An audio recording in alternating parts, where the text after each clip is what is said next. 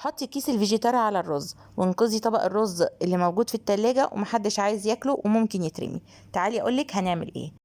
هتجيبي حلة وتمليها لغاية نصها كده بالمية، يفضل تكون حلة صغيرة، وهنحط فيها 3 ورقات من اللوري و3 فصوص من الحبهان، وتكوني مقطعة بطاطساية كبيرة لمكعبات علشان تتسلق بسرعة، يعني ما تحطيهاش سليمة، وارفعيها على النار لغاية ما تتسلق. وهي بتتسلق هطلع بقى علبة الرز اللي انا شايلة فيها الرز في التلاجة، وابتدي زي ما انتوا شايفين ملزق لانه طبعا من امبارح موجود في التلاجة، وافككه بايدي كده زي ما انتوا شايفين. دي تقريبا 1.5 كوباية من الرز. هحط عليهم كيس كامل من الفيجيتار، لو بتحبي الحاجة سبايسي ممكن تستخدمي الفيجيتار الحار.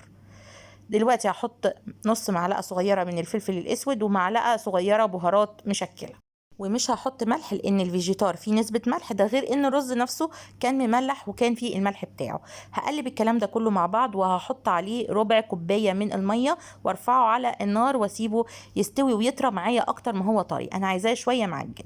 في طبق بقى هنحط البهارات دي، كاري وكركم وملح وفلفل اسود وبهارات مشكلة، عليهم نص كوباية من الدقيق ونص كوباية من النشا. كل ده. البطاطس دلوقتي بتتسلق على النار، الرز على نار هاديه كده بيطرى معايا كده عشان يبقى شويه طري. وانا بعمل الخلطه زي ما انتوا شايفين، هتحطوا ميه حبه حبه، يعني مش كلها مره واحده، لغايه ما توصلي للقوام اللي انت هتشوفيه، لا هو التقيل ولا هو الخفيف، بالظبط كده. تدخلي بقى الخليط ده التلاجة. دلوقتي زي ما انتوا شايفين البطاطس بتاعتي اتسلقت، وانا عايزاها تتسلق كويس، اللي هو تشرب ميه، يعني مش بس ايه ان هي تكون، لا، اللي هو تتقطع معايا بسهوله.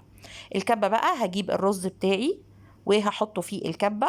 طبعا الكبه دي صغيره يا جماعه، فانا حطيت يعني نص الخليط من ده ونص الخليط ده وضربته وكررت العمليه تاني. انت لو عندك كبه كبيره ممكن تحطي الكميه كلها مع بعض. في الاخر هتلاقي القوام بتاعك كله خلاص، حبات الرز مش باينه زي ما انتوا شايفين، والدنيا تمام. لو لقيتيها ملزقه كده ممكن تحطي معلقه نشا. بعد كده هتجيبي صينيه او قالب كبير، تحطي فيه كيس نايلون وتنزلي بالخليط اللي احنا عملناه وتفرديه كويس. وعلشان تعرفي تحصلي على سطح مستوي بلي ايديكي بالميه زي ما انا بلاها كده، ميه مش زيت، تمام، وافرديها بالمنظر ده، او حتى الاسباتشولا نفسها بليها بالميه وحطيها في الفريزر. بس قبل ما تحطيها قطعيها كده بشكل مثلا مربعات او مثلثات، الشكل اللي انت تحبيه. احنا هنضحك على الولاد دلوقتي ضحك محدش هيصدق احنا هنعمل ايه.